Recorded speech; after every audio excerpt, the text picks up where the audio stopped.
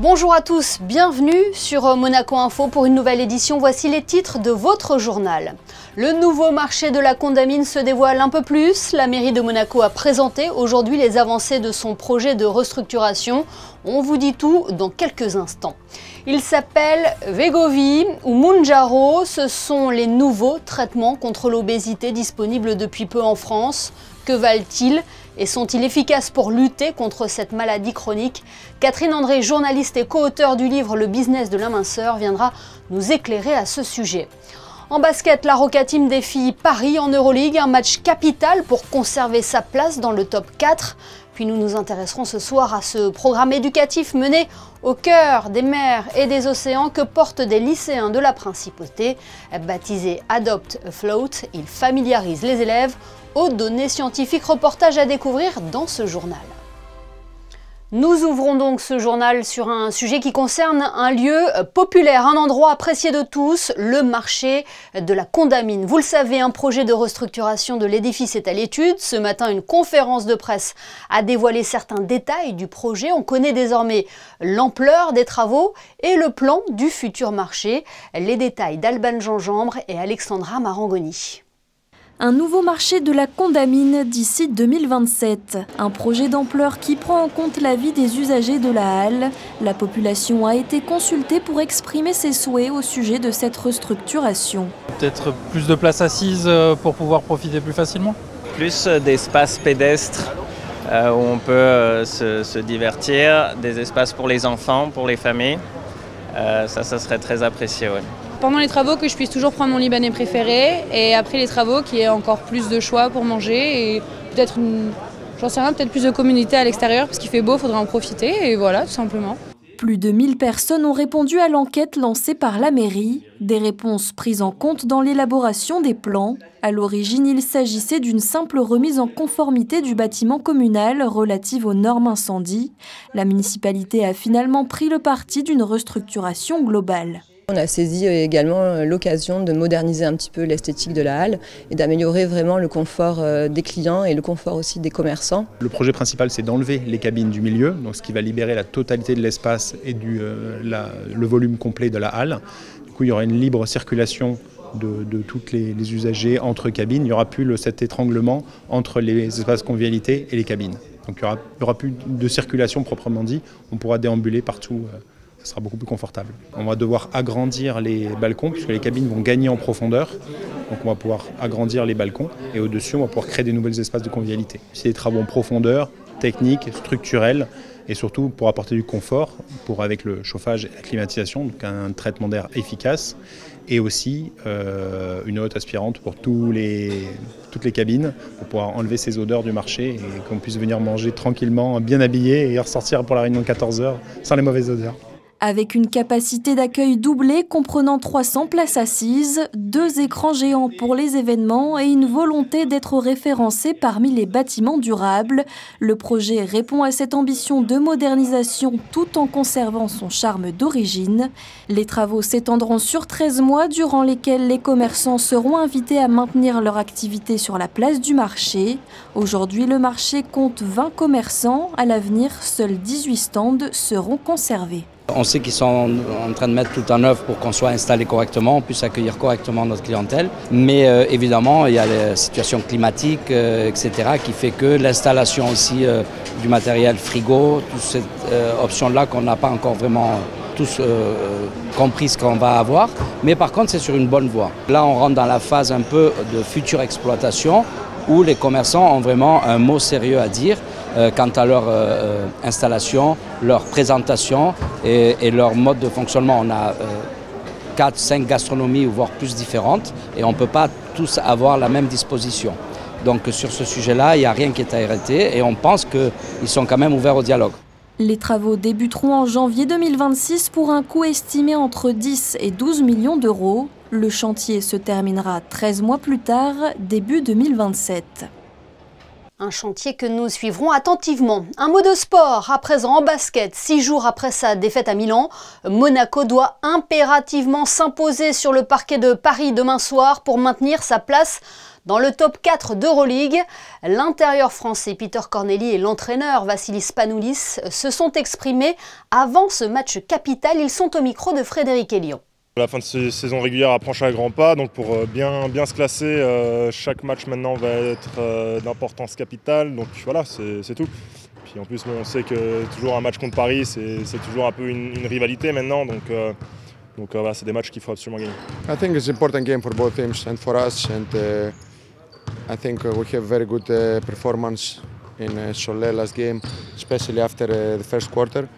And I think the most important thing in basketball is timing. So this is a timing for us to improve our game, to play like we played in the first 40-45 days when I come in this team, and play good defense, share the ball, and to play better. Dès que tu gagnes un match, tu montes de 2-3 places, dès que tu en perds un, c'est pareil. Donc voilà, comme tu dis, chaque match est vraiment hyper important, et plus la fin de saison approche, plus c'est le cas parce que ça reste serré en fait là-haut. Donc tu vois, il y a des années, des fois où bon, voilà, tu as un peu de marge, là il y en a zéro quoi. Paris-Monaco en Euroleague, c'est demain à 20h30. C'est une maladie chronique présentée comme le mal du 21e siècle. L'obésité touche près de 10 millions de personnes en France. Un enjeu de santé publique majeur, tant ce chiffre pourrait augmenter dans les années à venir. Des solutions et des traitements sont proposés pour lutter contre cette maladie. Catherine André et Julia Hadzi ont enquêté dans leur ouvrage à paraître le 20 mars prochain. Elles nous éclairent notamment sur ces nouveaux médicaments prescrits sur ordonnance qui ont fait leurs preuves aux États-Unis. À l'occasion de la Journée mondiale de lutte contre l'obésité, Catherine André est notre invitée ce soir. Bonsoir. Bonsoir. Vous êtes la co-auteure du livre Le business de la minceur aux éditions Plomb. Vous avez enquêté sur ces solutions miracles proposées pour perdre ces kilos en trop, et elles sont nombreuses.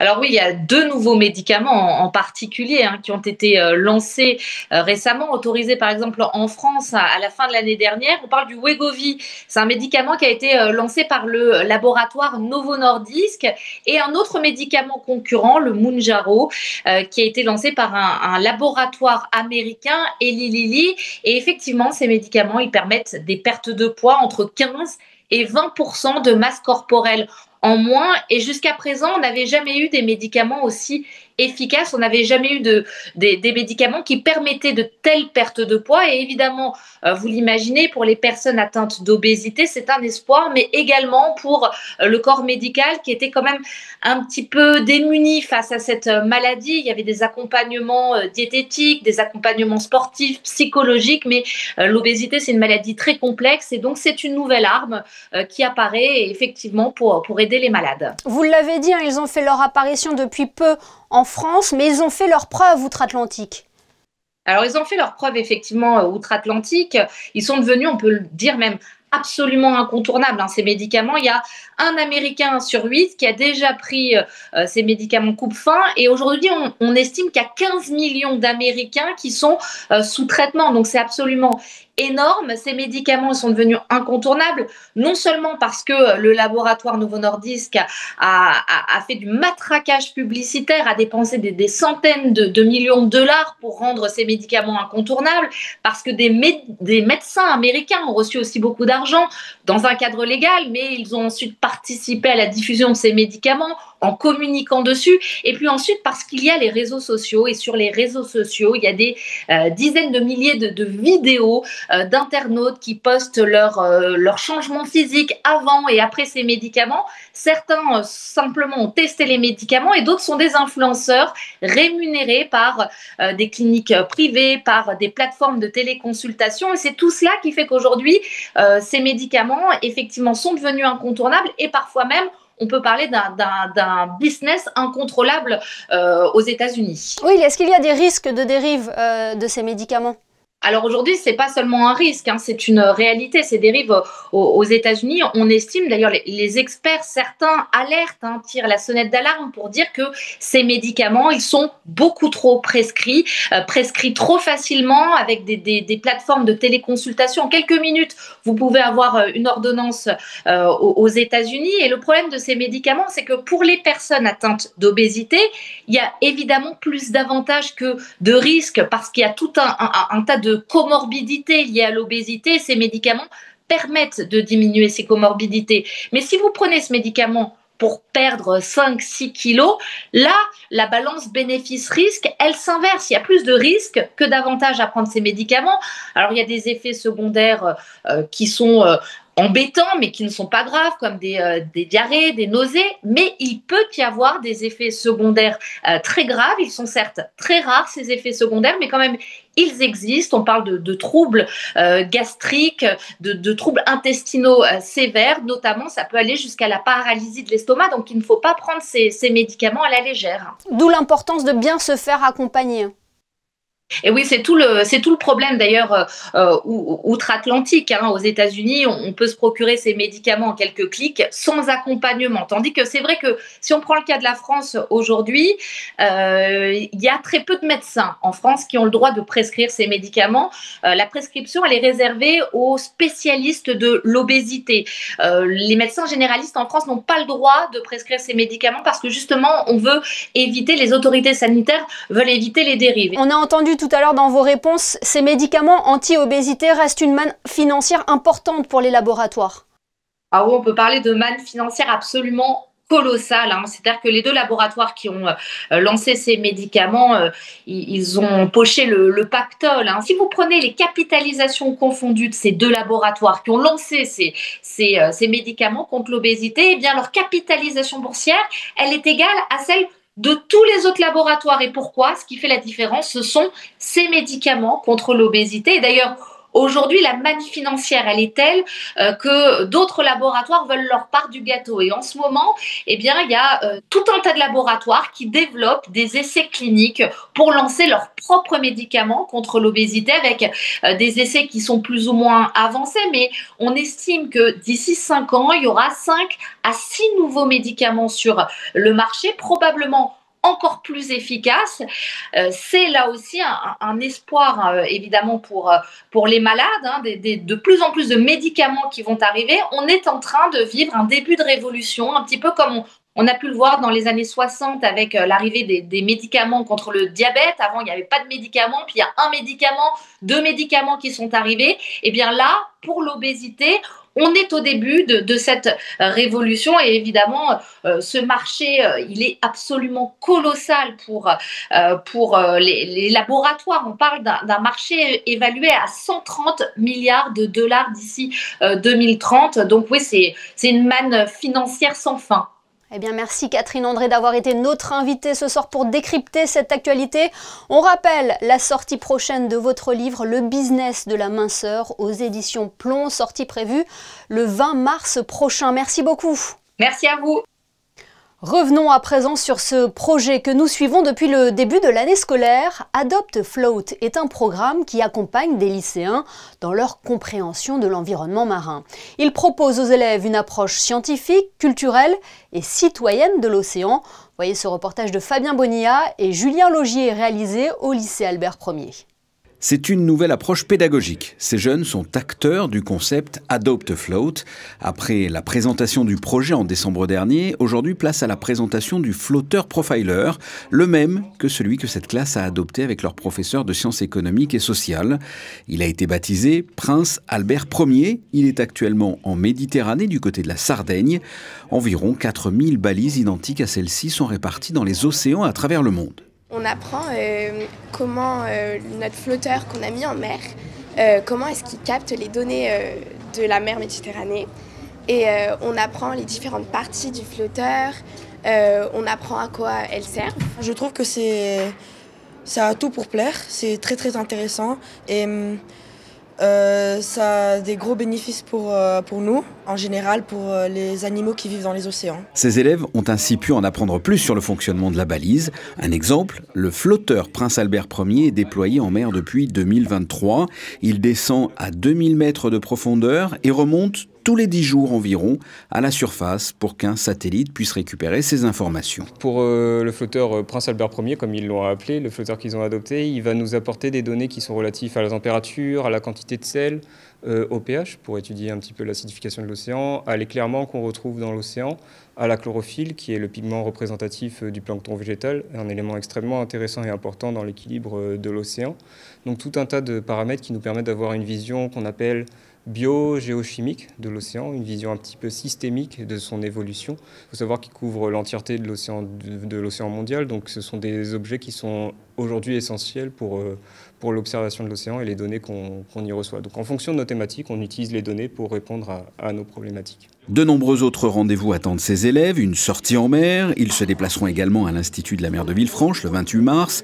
Ils collaboreront aussi avec un artiste venu du Costa Rica pour réaliser des fresques présentées lors de la conférence des Nations Unies sur l'océan mi-juin à Nice.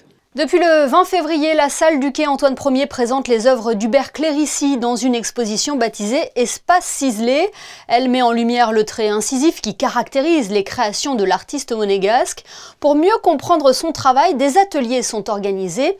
Ils sont ouverts à tous. Les détails de Christine Dapetit. Atelier de médiation ou atelier d'art, les passionnés de peinture se sont donné rendez-vous au cœur de l'exposition Hubert Clérici sur le quai Antoine Ier. L'artiste monégasque était célèbre pour sa manière de travailler. C'est pourquoi une initiation est offerte aux participants de ces ateliers pour reproduire la ligne d'horizon, les traits, les lignes de fuite à la manière Clérici ou comment voyager à travers les perspectives. Il a travaillé beaucoup la ligne en noir, donc qui fait d'abord la couleur et ensuite il va entourer avec cette ligne noire. Mais il a surtout la capacité sur la perspective qui est très intéressante et qui est difficile. Donc aujourd'hui c'est quand même un atelier qui demande de la rigueur, de l'observation. Le travail de Hubert Clérici justement, il emmène à cette profondeur, à cette clarté sur l'espace, sur les vues de Monaco aussi, parce que c'était aujourd'hui le thème sur Monaco d'antan. Et Monaco d'antan, c'est très important en fait pour notre culture, pour la culture de la principauté. Donc voilà, avec les proverbes aussi monégasques, on va regarder ensemble la belle époque de Monaco avec le tramway, le casino, tellement de parcours en fait fantastiques de cette époque-là. Des ateliers ouverts à tous et gratuits, comptés en moyenne 2 heures. Le prochain atelier se tiendra vendredi à 14 h et le lendemain, ce sera au tour des enfants avec un atelier sur les perspectives. Autre date à retenir, le 10 mars pour les adultes avec une histoire de timbre et le 12 mars pour les petits où les cactés seront de la partie. Pour s'inscrire, rien de plus simple, soit sur place ou par téléphone au numéro qui s'affiche en bas de votre écran. Coup de projecteur à présent sur le pari audacieux et réussi de Michael Pellassi. Ce monégasque a décidé de changer de vie professionnelle pour ouvrir un magasin de proximité à Saint-Roman. Situé au pied des tours Elsa et Reseda, il répond aux besoins des résidents et participe à la dynamique du quartier. Le reportage de Juliette Rappert et Alexandra Marangoni. Depuis le 19 février, un nouveau commerce de proximité a vu le jour au pied des nouvelles tours du quartier Saint-Roman. Un casino shop ouvert par Michael, un jeune entrepreneur du quartier. Chaque matin avant l'arrivée des premiers clients, Michael s'active et prépare les rayons. Un quotidien bien différent de son ancien métier, puisqu'avant, Michael travaillait comme fonctionnaire pour l'État monégasque. Alors, mes études à la base, c'est dans l'audiovisuel, donc un autre domaine. Ça fait un petit moment que je voulais ouvrir un snack ou une activité un peu similaire dans la restauration ou quelque chose comme ça sur Monaco. Et pour diverses raisons, j'ai pas pu le faire avant. Et là, l'opportunité s'est présentée en regardant le journal officiel. Je me suis rendu compte qu'il y avait un appel d'offres pour ce local pour faire une épicerie. Et je me suis dit, quitte à lancer quelque chose qui est en rapport avec la nourriture, pourquoi pas essayer cette voie-là. Ça a marché. J'ai démarché Casino pour savoir s'ils étaient intéressés pour faire une franchise. Ils étaient intéressés. Avec ses 65 mètres carrés, le magasin propose un large choix de produits du quotidien, fruits et légumes frais, épicerie, mais aussi des services à la personne, comme le Monaco Matin, le café ou encore un dépôt de pain et de viennoiserie d'une boulangerie très connue par les Monégasques. On cherchait un partenariat pour faire un dépôt de pain. On s'est dit que, quitte à faire un dépôt de pain, le faire avec quelqu'un qui le fait bien. Et donc du coup, on a décidé de faire un partenariat en accord avec ma première boulangerie à la Turbie. On a décidé de faire quelques baguettes, des pains spéciaux et quelques viennoiseries. Résidents, travailleurs, ouvriers, un commerce de proximité qui fait l'unanimité. Je trouve que c'est extraordinaire, ne serait-ce que pour la vie du quartier. On a des très bons retours des résidents, c'est très bien, ça dépanne, ça manquait vraiment dans le quartier. Le commerce de proximité, c'est vraiment l'idéal pour nous, comme ça on peut aller s'acheter un petit croissant rapidement sans devoir aller à un supermarché. Et en plus, ce jeune homme a trouvé une boulangerie on allait acheter le pain au chocolat à la Turbie. Et maintenant, on peut l'acheter à quelques pas de chez nous, c'est parfait. Un projet qui facilite le quotidien des habitants et participe au dynamisme croissant du quartier de Saint-Roman. Un mot sur cette exposition avant de refermer ce journal. Michel Aubéry présente actuellement ses œuvres au Club des résidents étrangers de Monaco. Inspiré par la beauté des récifs coralliens et la faune marine, l'artiste dévoile une série d'œuvres consacrées au monde marin, son sujet de prédilection. Son Altesse Sérénissime, le Prince Albert II, était présent pour le vernissage de cette exposition. Si vous souhaitez en savoir plus sur Michel Aubéry, il était notre invité du JT dernièrement. Son interview est à retrouver sur nos réseaux sociaux. Et puis nous l'avons appris aujourd'hui, la disparition de Jean-Louis Debré, ancien président de l'Assemblée nationale et du Conseil constitutionnel. Il était une figure emblématique de la politique française. Il était également l'auteur de plusieurs livres, des essais, des romans qui avaient trouvé leur public. Jean-Louis Debré avait d'ailleurs été à plusieurs reprises l'invité du Salon du Livre de Monaco pour présenter ses derniers ouvrages. Il s'est éteint donc aujourd'hui à l'âge de 80 ans. Ce journal est à présent terminé. Merci de nous avoir suivis. Dans quelques instants, les prévisions météo de Christine Datomel, puis le magazine Culturama proposé par José Sacré. On se quitte avec les photos de Manuel Vitali et le marché de la Condamine qui aura un autre visage en 2027. Les travaux devraient débuter l'an prochain. Passez une excellente soirée et à demain, 19 h pour une nouvelle édition sur Monaco Info.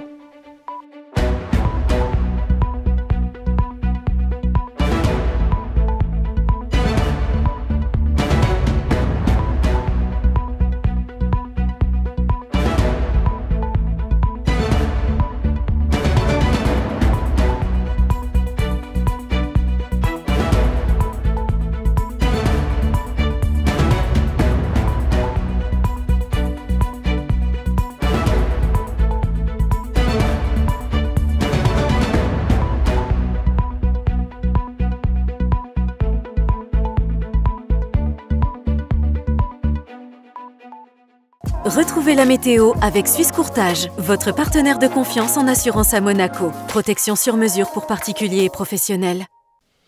Bonsoir à tous. Eh bien, demain, le temps sera au beau fixe, un beau ciel bleu dès le matin, des températures douces tout au long de la journée puisqu'elles seront comprises entre 9 et 15 degrés. Et puis sinon, demain, nous souhaiterons une bonne fête à toutes les Olivia. Olivia est une jeune fille de Palerme qui, déportée par les Sarrasins au IXe siècle, guérit des malades et convertit plusieurs personnes au christianisme. C'était la météo avec Suisse Courtage, votre partenaire de confiance en assurance à Monaco. Protection sur mesure pour particuliers et professionnels.